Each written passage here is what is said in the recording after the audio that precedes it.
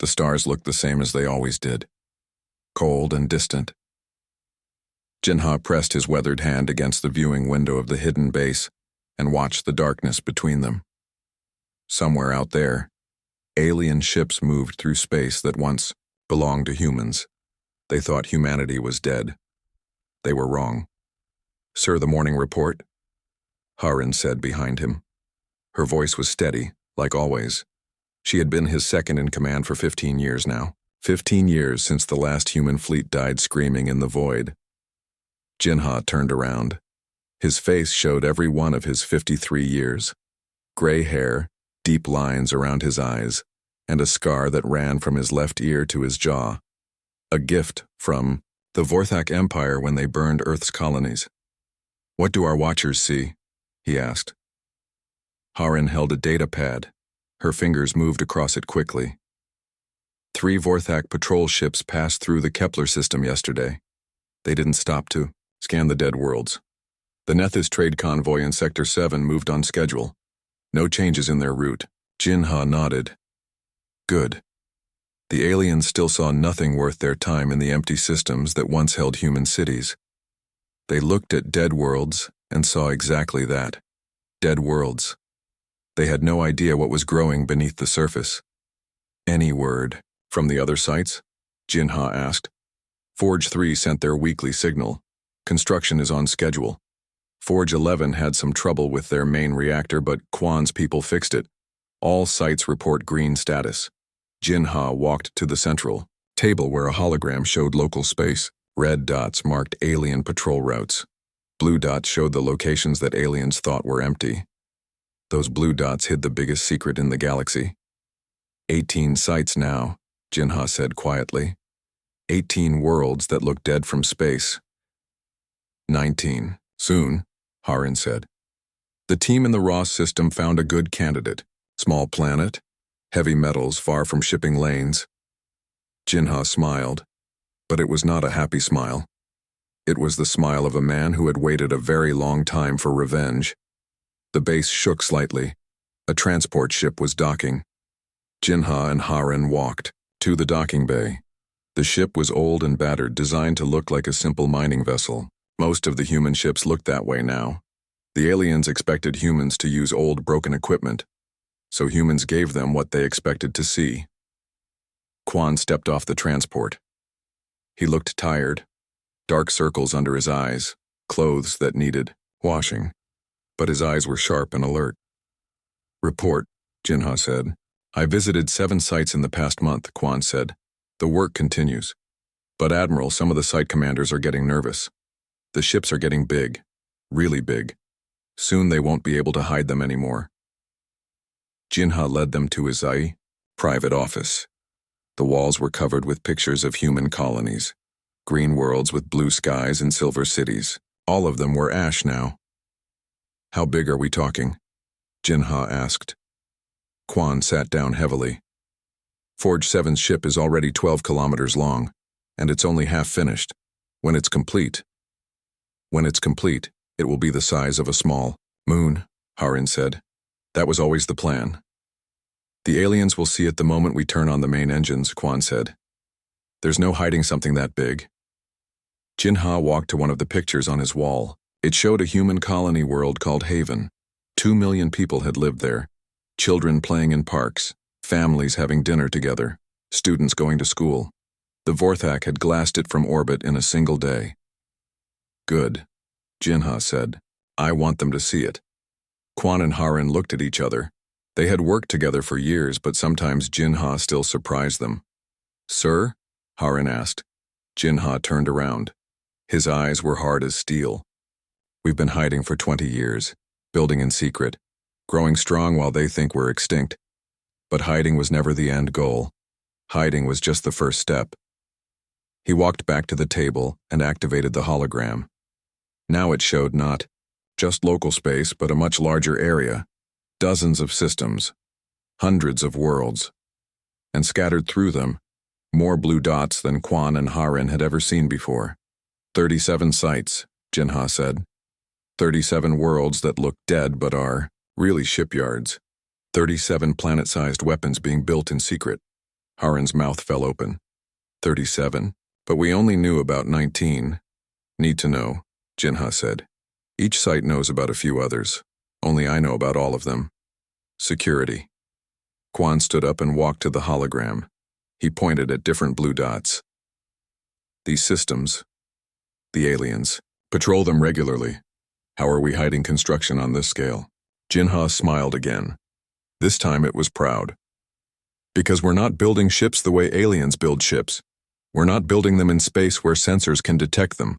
We're building them inside the planets themselves.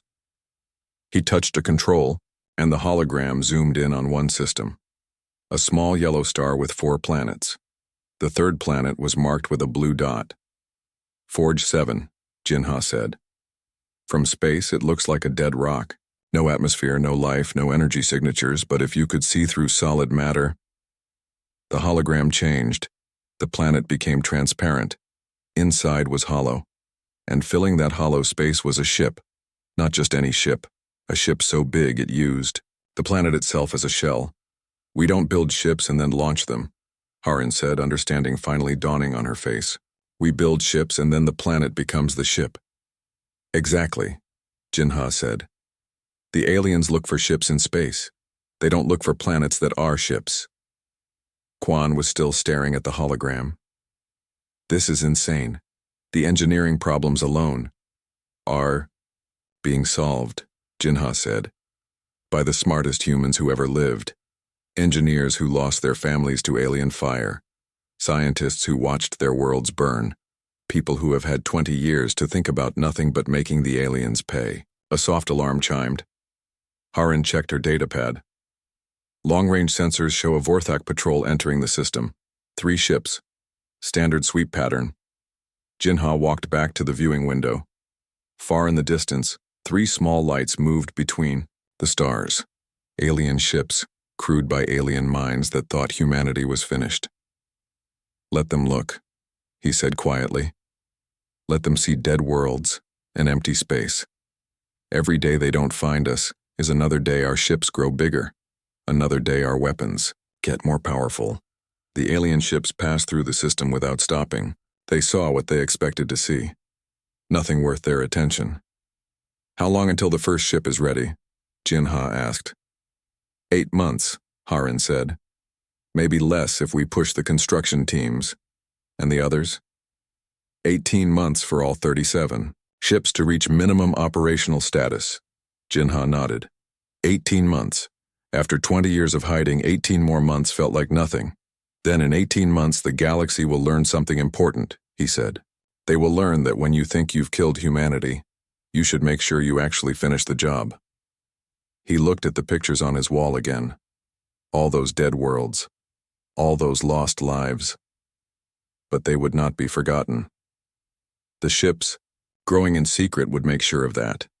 The aliens think humanity is extinct, Jinha said. Soon they'll wish we really were. 3 weeks later, Jinha stood in the cargo hold of a disguised transport ship. The ship looked old and worn on the outside, like a piece of junk that barely worked. But inside, it had the best engines and shields that human engineering could build. Harin had designed it herself. Coming out of jump space in 30 seconds, the pilot called over the speakers. Jinha felt his stomach twist as the ship dropped back into normal space. He had made this trip many times, but it never got easier. What they were about to see still amazed him, even after all these years. There, Harin said, pointing out the small window. Forge 7. Jinha looked at the planet hanging in the darkness.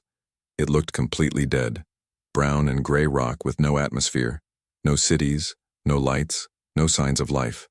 Exactly the kind of world that aliens would ignore. Surface temperature? Jinha asked. -40 degrees, Harin read from her scanner. No water, no oxygen, no energy readings from the surface. Any alien patrol would mark it as worthless and move on.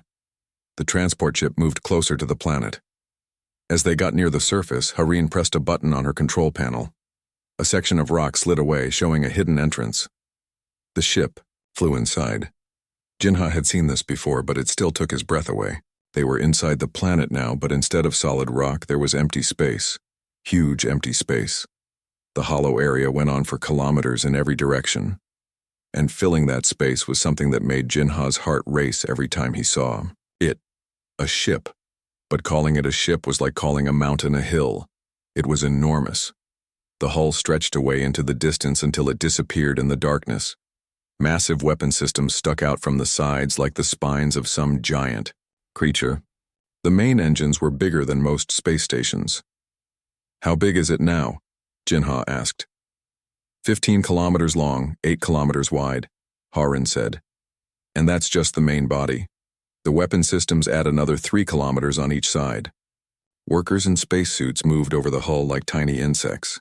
Welding sparks lit up sections of armor plating. Construction robots carried massive pieces of metal that would have taken 100 men to lift. The whole scene looked like something from a dream. "Landing Bay 7, the pilot called. The transport moved toward a small opening in the giant ship's hull. Even the landing bay was huge. Jinha counted 12 other ships parked inside, and they barely took up any space. Quan was waiting for them when they landed. He wore a worker's uniform, but Jinha could see the stress in his face. Running the communication network between all the hidden sites was wearing him down. "Admiral," Quan said. "Commander Harin, welcome to Forge 7.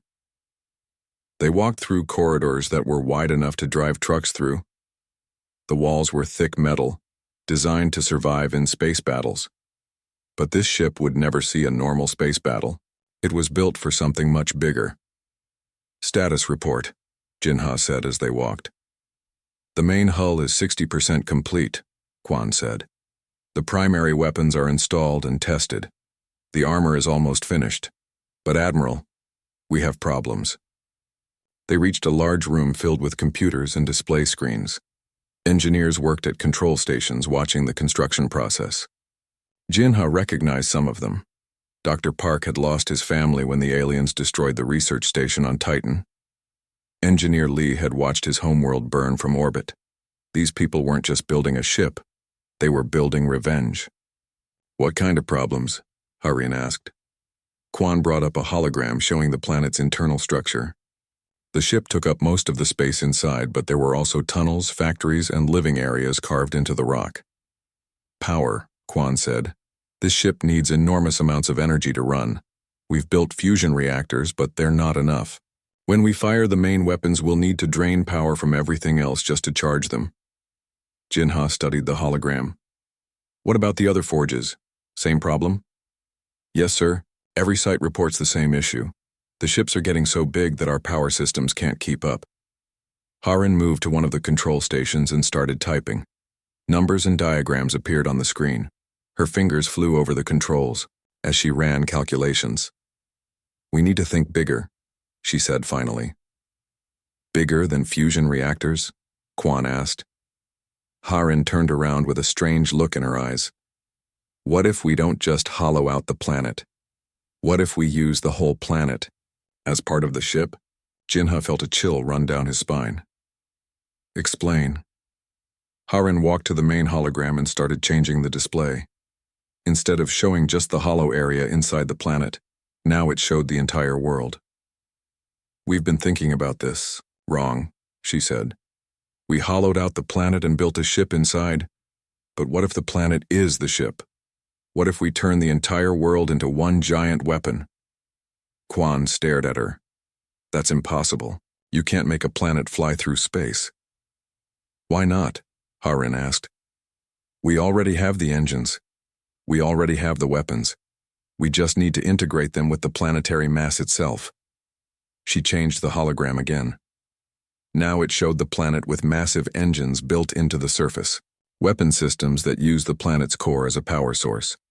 Armor plating that covered continents. "The planet's core is already a fusion reactor," Harin explained. "We just need to tap into it properly. And if the whole planet is the ship, then we have millions of tons of raw materials for armor and weapons." Jinha walked around the hologram, studying it from every angle. It was crazy. It was impossible. It was exactly the kind of thinking that had kept humanity alive when every other species would have given up. "How long?" he asked. 6 months to redesign the current ships, Harin said. Maybe less if we push the engineering teams. Do it, Jinha said. Quan looked worried. Sir, if we start moving planets around, the aliens will notice. There's no way to hide gravitational changes on that scale. Jinha smiled. It was the cold smile that his enemies had learned to fear. Good, he said, let them notice. By the time they figure out what's happening, it will be too late to stop it. They spent the next few hours touring the construction areas. Jinha watched human workers doing impossible things. They were building weapons that could crack planets, shields that could stop the combined firepower of entire alien fleets, engines that could move worlds through space. In one section, workers were installing a weapon system that was 3 kilometers long. The targeting computer alone was bigger than most alien battleships. When finished, this one weapon would have more firepower than anything the galaxy had ever seen. What are you calling this class of ship? Jinha asked Harin. She thought for a moment. Planet killers seem too small. World breakers, maybe. No, Jinha said, looking at the massive construction around them. These aren't just weapons. They're a message to the galaxy. Call them what they really are. Which is? Jinha turned to face the main hull of the enormous ship. In a few months, this dead world would become something that alien nightmares couldn't imagine. A planet that could fly through space and destroy anything in its path. Doomsday ships, he said quietly. Because when the aliens see these coming, they'll know their doom has arrived. Harin nodded. Doomsday ships, I like it. As they prepared to leave Forge 7, Jinha took one last look at the construction. Thousands of workers building humanity's salvation, or maybe humanity's revenge. After 20 years of hiding, the difference didn't matter anymore. The transport ship lifted off and headed back toward open space. As they left the planet's hidden entrance, Jinha watched the dead world fall away behind them. Soon that world would wake up, and when it did, the galaxy would learn what happened when you tried to exterminate humanity. 36 more to go, Harin said quietly. 36, Jinha agreed. And then we remind the galaxy why they should have made sure we were really dead. Jinha stood alone in his private quarters, staring at a message that had just arrived. The words glowed on his screen, but he read them 3 times to make sure he understood correctly. All sites report ready status, awaiting final orders. 37 messages. 37 hidden worlds where humanity had been building in secret. 37 planet-sized weapons that could change the galaxy forever. And now, they were all complete. He touched a button on his desk. Harin Quan, report to my office, immediately. While he waited, Jinha walked to his wall of photographs. Pictures of human colonies that no longer existed. Children who had died when alien ships burned their worlds. Families that had been wiped out because they were in the wrong place when the galaxy decided humanity should disappear. For 22 years, these pictures had reminded him why they were building the Doomsday ships. But now, looking at them, he felt something different. Not just anger. Fear. Harin and Quan entered his office together. They looked tired. The past 6 months of final preparations had pushed everyone to their limits. We got the messages too, Harin said before Jinha could speak. All 37 sites report complete construction. The ships are ready, Quan added. But Admiral, once we activate them, there's no going back. The moment we fire up the main engines, every alien sensor in the galaxy will detect them. Jinha turned away from the photographs. How long do we have? Best case scenario? Harin ran her fingers through her hair. 6 hours from activation to full alien response, maybe less. Which means we have to activate all 37 ships at exactly the same time, Quan said. If even one ship comes online early, it warns the aliens. They'll be ready for the others. Jinha walked to his desk and activated the holographic display. It showed the entire galaxy. Red zones marked alien-controlled space. Blue dots showed the locations of the Doomsday ships. The blue dots were everywhere. Show me the target list, he said. The hologram changed. Lines appeared, connecting each blue dot to red zones throughout the galaxy. 37 lines pointing at the most important alien worlds and military bases. The Vorthak homeworld, Harin pointed to one line. Their main fleet base at Kepler Station. The Nethys gas refineries in the Horsehead Nebula. The Apex manufacturing worlds. Everything that matters to them, Quan said quietly. Every world, every base, every fleet concentration that keeps their empires running. Jinha studied the display for a long time. With one order, he could start a war that would reshape the galaxy, or destroy it completely. Sir, Harin asked, are you having second thoughts? Jinha looked at her. Harin had worked beside him for 20 years. She had helped design every ship, solved every engineering problem, turned impossible dreams into flying weapons of revenge. She deserved an honest answer. Yes, he said. I am. Quan sat down heavily in a chair. Admiral, we've come too far to stop now. Have we? Jinha asked. Look at this. He changed the hologram to show detailed projections. If we activate all ships and attack simultaneously, alien military forces will be destroyed in the first hour. Their governments will fall within days. Billions of lives will be lost. Billions of alien lives, Harin said. They didn't worry about human lives when they burned our worlds. And that makes us just like them. The room went quiet. Jinha had never expressed doubts before. He had been the driving force behind the entire project, the voice that kept them going when the work seemed impossible. Quan stood up and walked to the holographic display. Admiral, may I show you something? Jinha nodded. Quan changed the display to show recent intelligence reports, alien patrol routes, fleet movements, construction projects. The Vorthak Empire is building 12 new dreadnoughts, Quan said. The Nethys Confederacy just finished a battle station in the Alpha Centauri system. The Apex Collective is expanding into 3 new star systems. He changed the display again. And here's what they're building in former human space. Mining, stations, research facilities, military outposts. They're not just occupying our old worlds. They're erasing every trace that humans ever existed. The hologram showed world after world that had once been human colonies. Now they were alien installations, built on top of human graves. They think they won, Quan continued. They think the human problem is solved forever. They're so confident that they're not even maintaining strong defenses. Harin joined Quan at the display. He's right, Admiral. Our intelligence shows that alien fleets are spread thin. They're not expecting an attack. They certainly aren't expecting an attack from planets that they think are dead rocks. Jinha looked at the intelligence data. The aliens had grown comfortable, lazy even. Their ships patrolled in predictable patterns.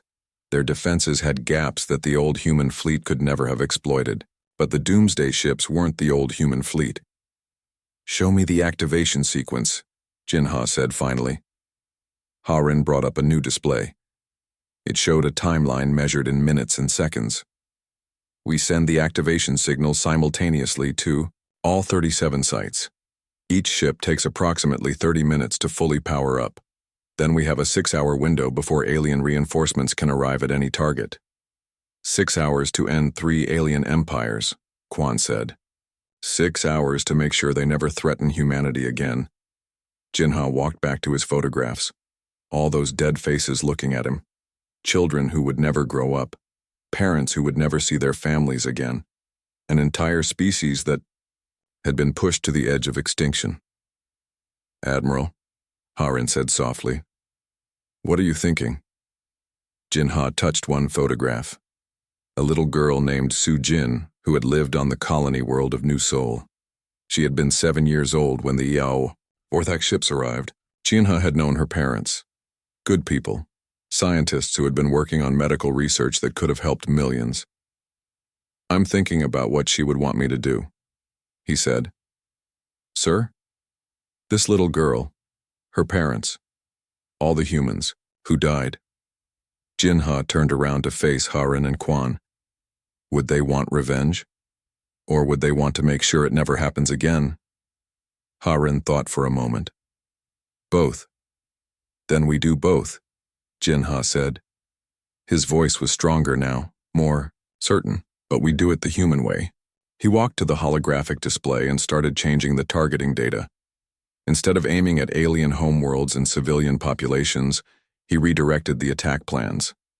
Military targets only, he said as he worked. Fleet bases, shipyards, weapons facilities, command centers. We destroy their ability to wage war, not their ability to exist. Admiral, Quan said, if we leave their civilian populations intact, they might rebuild. Let them try, Jinha replied. After they see what 37 planet-sized warships can do to their military forces, do you think they'll risk attacking humanity again? He finished the modifications and stepped back. The new targeting plan would still cripple the alien empires, but it would leave room for surrender. Room for a new kind of galaxy where humanity stood at the top, but didn't have to stand on a mountain of alien corpses. Send the message to all sites, Jinha ordered. Operation Lazarus begins in exactly 24 hours. All ships are to activate simultaneously at Oro 800 Galactic Standard Time. Harin and Quan exchanged glances. Admiral, Harin said, are you sure about this? Once we send that message, there's no stopping it. Jinha looked one more time at the photographs on his wall. 22 years of planning had led to this moment. 22 years of building weapons that could reshape the galaxy. 22 years of preparing for the day when humanity would rise from the ashes. Send it, he said. Quan activated the long-range communication system. A single encrypted message went out to 37 different star systems. In each system, humans who had worked their entire adult lives for this moment would receive the order they had been waiting for. Message sent, Quan reported. All sites confirm receipt. Jinha sat down at his desk. In 24 hours, the galaxy would discover that humanity was not extinct. They would learn that writing off the human race had been the biggest mistake in galactic history. Get some sleep, he told Harin and Quan. Tomorrow, we remind the galaxy what happens when you try to kill humanity and fail to finish the job. At exactly Oro 800 Galactic Standard Time, 37 dead worlds came to life. Harin watched from the bridge of the command ship as Forge 7 began its awakening. The planet had looked the same for 22 years, a cold, gray rock floating in empty space. Now, deep beneath its surface, fusion reactors that had been sleeping for decades roared to life. Energy readings are climbing, reported one of the technicians. Reactor output at 20% and rising. Jinha stood beside Harin, his hands clasped behind his back. He looked calm, but she could see the tension in his shoulders. 22 years of planning were about to be tested. How long until the surface changes? He asked. 15 minutes, until the armor plating becomes visible, Harin said. 30 minutes until full activation. Throughout the galaxy, similar scenes were playing out. On 36 other worlds, human engineers watched as their impossible creations woke up. Planets that had been disguised as dead rocks for over 2 decades were revealing their true nature. Quan's voice came over the communication system. Admiral, I'm receiving confirmation signals from all sites. Forge 1 through Forge 37 are all beginning activation sequences. Jinha nodded. And alien reactions? Still monitoring. No unusual activity detected yet. Harin checked her instruments. The planet's energy output was climbing rapidly. Soon it would be impossible to hide. Any alien ship with working sensors would detect the massive power readings. There, she said, pointing out the main viewing window. The planet's surface was changing. What had looked like natural rock formations were shifting, revealing the smooth metal underneath. Massive sections of the planet's crust slid away like opening doors. Beneath them, weapon systems the size of city blocks rose into view. Weapon batteries coming online, a technician called out. Primary cannons at 50% charge. The transformation continued. More armor plating became visible as the fake rock surface fell away. Engine systems that had been hidden inside the planet's core began to glow with blue fire. The dead world was becoming something that had never existed before. A planet that was also a warship. Sir, Quan's voice was tight with excitement. Long range. Sensors are detecting similar energy signatures from all our sites. Every doomsday ship is coming online simultaneously. Jinha allowed himself a small smile.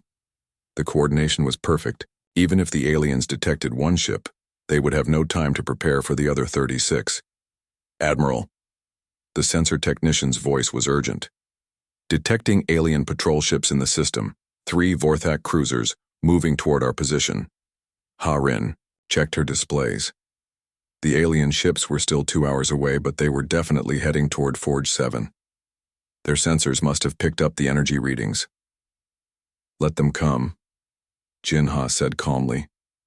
It's time for the galaxy to see what humanity has built. 20 minutes later, the transformation was complete. What had been a dead planet was now clearly a warship, the most massive warship ever constructed. Armor plating covered continents. Weapon systems stretched from pole to pole.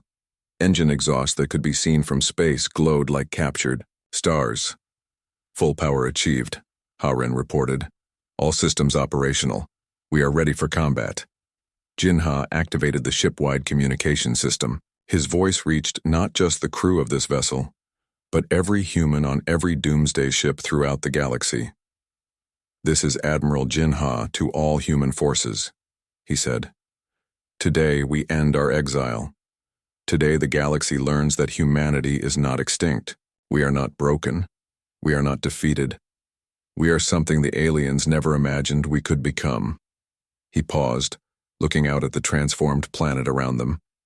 For 22 years, we have prepared for this moment. We have built ships that turn planets into weapons. We have created a force that no alien empire can match. Now we use that force. On his command display, Jinha could see status reports from all 37 doomsday ships. Every ship was operational. Every crew was ready. Send the message to alien command centers, Jinha ordered Quan. Let them know who we are and what we want. Quan activated the long-range communication array. The message went out on all alien military frequencies, in every major alien language. To the Vorthak Empire, the Nethys Confederacy, and the Apex Collective, the message began. This is Admiral Jinha of the Human Defense Force. You declared humanity extinct 22 years ago. You were wrong. The message continued, but Jinha was no longer listening. His attention was focused on the sensor displays, watching for alien reactions. He didn't have to wait long. Admiral, the sensor technician called out. Massive energy spikes detected throughout alien space. They're mobilizing their fleets. How? Many ships? Jinha asked. Preliminary count shows over 3,000 alien vessels moving toward combat positions. Ha-Rin whistled softly. 3,000 ships. That's more than the entire human fleet ever had. Yes, Jinha agreed. But we don't have a fleet anymore. We have something better. On the display, he could see the 3 Vorthak cruisers that had been approaching their position. They had stopped moving forward and were now backing away rapidly. Their sensors must have finally processed what they were looking at. Quan, are you getting any communication from those Vorthak ships? Yes, sir. They're sending emergency reports to their command. The messages are quite panicked. Jinha could imagine. Alien patrol ships were used to finding asteroid bases, hidden weapon depots, maybe a few human survivors living in caves. They were not prepared to find planets that were actually warships.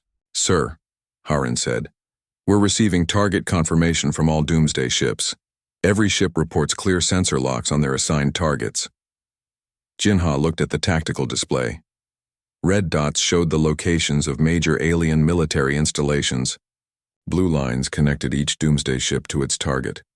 The lines stretched across the galaxy like a web of destruction. Vorthak Fleet Command at Rigel, Ha-Rin read from the target list. Nethys Battle Station in the Horsehead Nebula. Apex Manufacturing Complex at Wolf 359.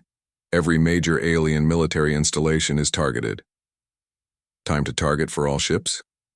Average travel time, 4 hours. Some targets are closer, some farther, but all ships will arrive within a 6-hour window. Jinha activated his command chair and sat down. Around him, The bridge crew prepared for what would be the most important battle in human history. "All ships, this is Admiral Jinha," he announced. "Begin approach to your assigned targets, maintain formation. Engage any alien forces that attempt to intercept, but remember, our primary objectives are military installations only." 37 acknowledgements came back immediately. Forge 1, beginning approach to Vorthak Command. Forge 12, moving. Toward Nethys Battle Station. Forge 23 on course for Apex Manufacturing.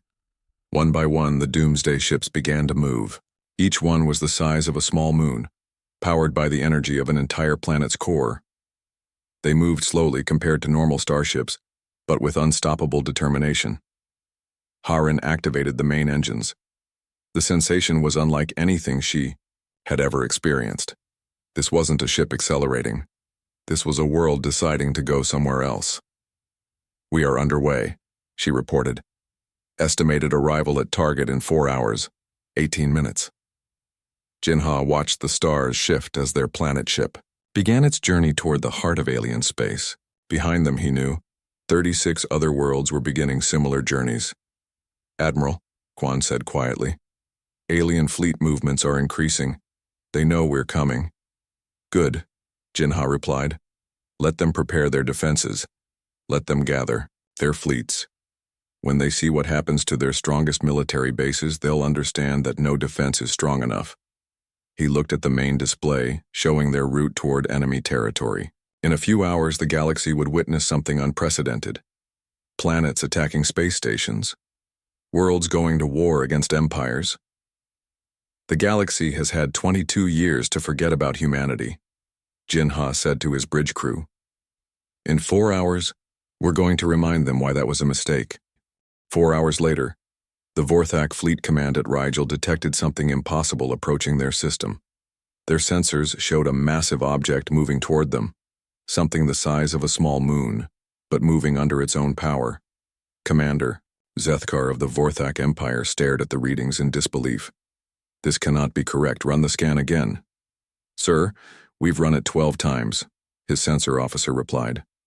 "The object is definitely artificial. Mass readings indicate it's larger than our entire battle station. A ship that big would be impossible to build," Zethkar said. "The power requirements alone." "Sir, we're receiving a transmission from the object." Zethkar activated the communication system. Jinha's face appeared on the screen, calm and determined. "Vorthak Fleet Command, this is Admiral Jinha of the Human Defense Force. You have exactly 10 minutes to evacuate all civilian personnel from your facility.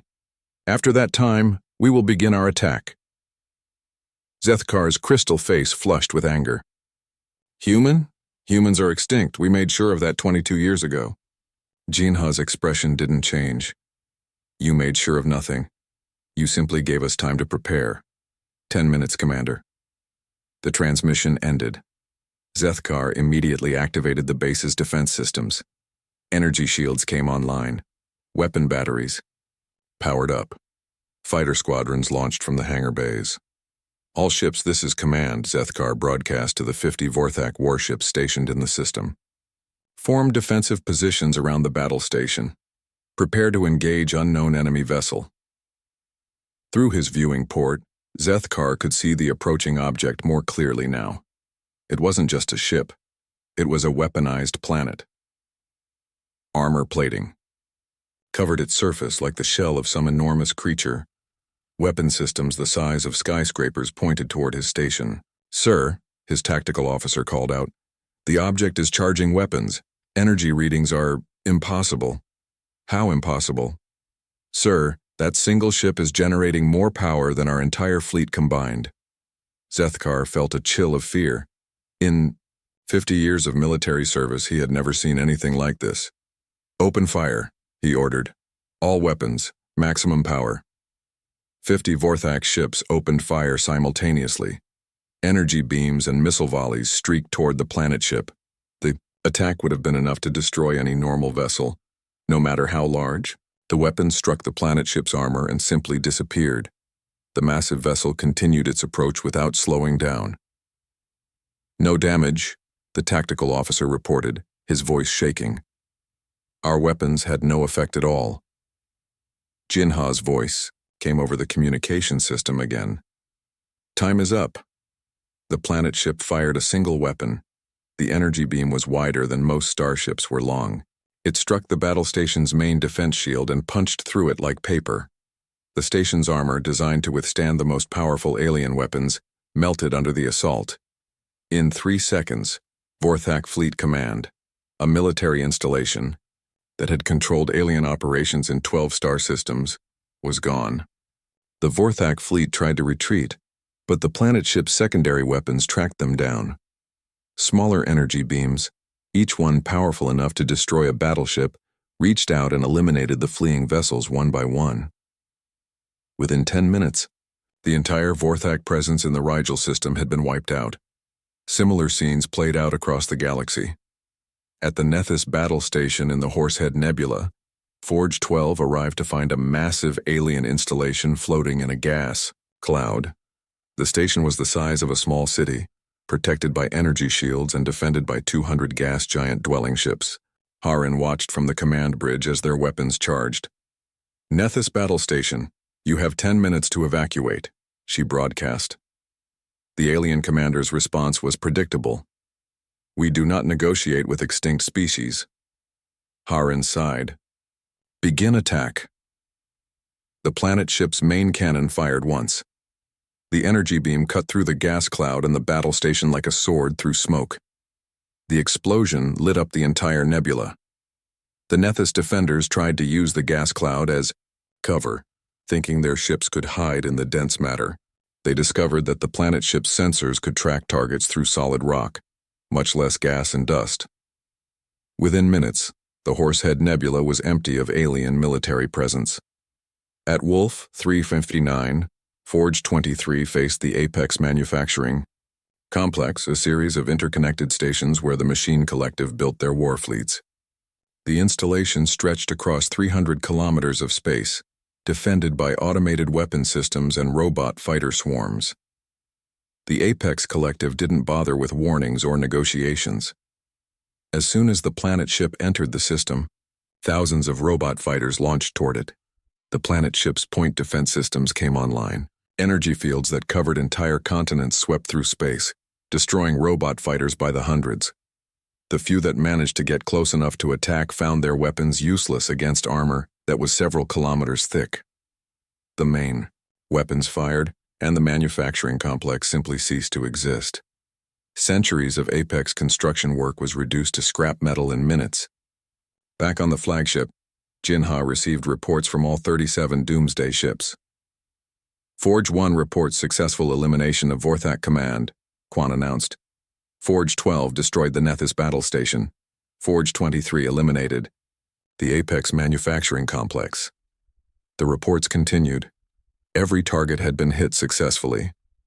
Every alien military installation was gone. In 4 hours, humanity had eliminated more enemy forces than the old human fleet had faced in decades of war.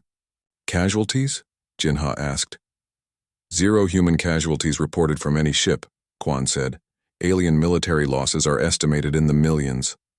Jinha nodded grimly. The aliens had built their military power over centuries.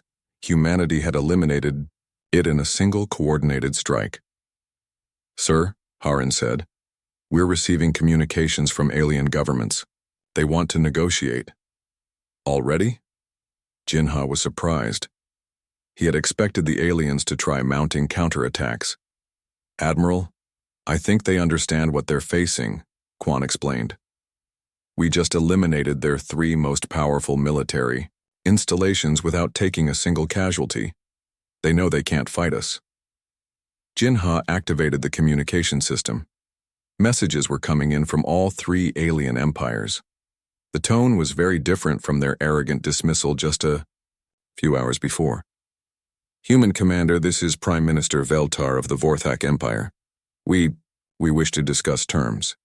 Admiral Jinha, this is High Council Leader Nethys of the Confederacy. We are prepared to negotiate immediately. Human Leader, this is Apex Prime Unit 1. We request immediate ceasefire talks." Jinha listened to all the messages, then activated the ship-wide communication system. All Doomsday ships, this is Admiral Jin Ha. Phase 1 is complete. All primary targets have been eliminated. Alien military capacity has been reduced by approximately 60%. We are now receiving requests for negotiation from all 3 alien governments. He paused, looking at the tactical display that showed alien fleet movements throughout the galaxy. The remaining alien ships were pulling back, forming defensive positions around their homeworlds. Continue to Phase 2, Jin Ha ordered. Secondary targets are now authorized for attack. Show them what happens when they ignore our warnings. Throughout the galaxy, 37 planet ships began moving toward their secondary targets. Shipyards, supply depots, training facilities, everything the alien empires needed to rebuild their military forces. Admiral, Harin asked quietly, don't you think they've learned their lesson? Jin Ha looked at the pictures on his wall, all those dead human colonies. They had 22 years to learn that genocide was wrong. They used that time to build more weapons and erase more traces of human civilization. He turned back to the tactical display. Now they can learn what it feels like to have their military power taken away from them. When they truly understand what we're capable of, then we'll talk. The hunt continued. Planet ships moved through alien space like predators, systematically destroying everything that could threaten humanity. This wasn't war as the galaxy understood it. This was something new. The methodical elimination of entire military infrastructures by weapons that couldn't be stopped or negotiated with. By the end of the day, alien military power had been reduced to a fraction of what it had been that morning. And the galaxy finally understood that humanity wasn't just back from extinction. Humanity had returned as something far more dangerous than they had ever been before. 3 days after the attacks began, representatives from all 3 alien empires gathered on a neutral space station for emergency peace talks. They had never worked together before. The Vorthak, Nethys, and Apex had been enemies for centuries.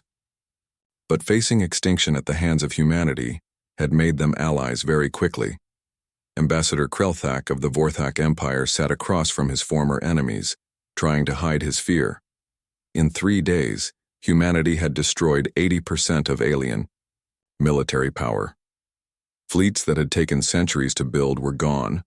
Bases that had seemed impossible to attack were now debris floating in space. Have we heard anything from the humans? Asked High Counselor Nethym of the Confederacy. Nothing, replied Apex Unit 77. They continue their attacks. 23 more installations were destroyed yesterday. Krelthak activated a holographic display showing the galaxy.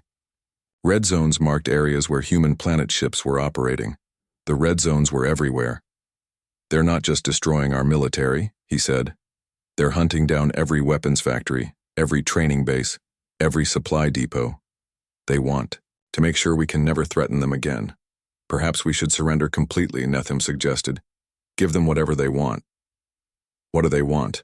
Apex Unit 77 asked. They haven't made any demands, they just attack. The truth was, none of the aliens understood what humanity was trying to achieve.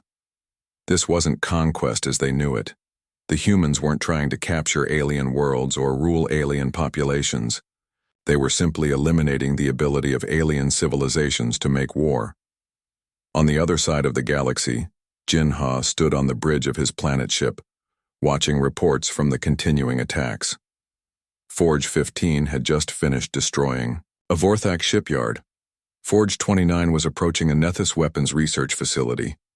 Admiral, Harin reported, we've received another message from the Alien Peace Conference. They're begging us to attend. Jin Ha looked at the message. The language was very different from the arrogant dismissals the aliens had sent just days before. Words like please and mercy appeared frequently. What do you think? He asked Harin and Quan. They're scared, Quan said. Really scared. They've never faced anything like this before. They're learning what it feels like to be powerless, Harin added. What it feels like when someone decides your species doesn't deserve to exist, Jin Ha nodded. But we're not going to exterminate them. That would make us exactly what they are. He activated the long-range communication system. All Doomsday ships, this is Admiral Jin Ha. Cease offensive operations. Maintain defensive positions around your current targets, but do not engage unless attacked. 37 confirmations came back immediately. Throughout the galaxy, planet ships stopped their attacks and took up guard positions. The sudden silence was almost more terrifying to the aliens than the attacks had been. Send a message to the alien conference, Jinha ordered Quan. Tell them I'll attend their peace talks, but the meeting will be held on my terms, at a location of my choosing. 2 days later, the alien representatives found themselves on a transport ship approaching a system that had once been called New Sol. It had been a human colony world with 2 million inhabitants. The Vorthak had destroyed it 18 years ago. Now where the planet had once been, there was something impossible. A space station the size of a moon, built from the debris of the destroyed world. And surrounding it, like silent guardians, were 5 planet ships. Ambassador Krelthak stared out the window at the massive vessels. They built a station from the remains of their own world, he whispered. A memorial, Nethim realized. They turned their dead world into a monument. The transport docked with the station, and the alien representatives were escorted through corridors lined with photographs. Thousands of pictures showing the human families who had died when New Sol was destroyed. Jinha was waiting for them in a large conference room. He looked older than the aliens had expected, his gray hair and lined face showing the weight of command. But his eyes were sharp and determined. "Welcome to New Sol Station," he said. "Built from the bones of a world you murdered."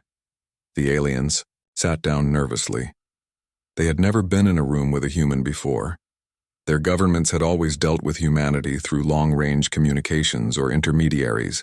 "You wanted to negotiate," Jinha continued. "So let's talk." Krelthak cleared his throat.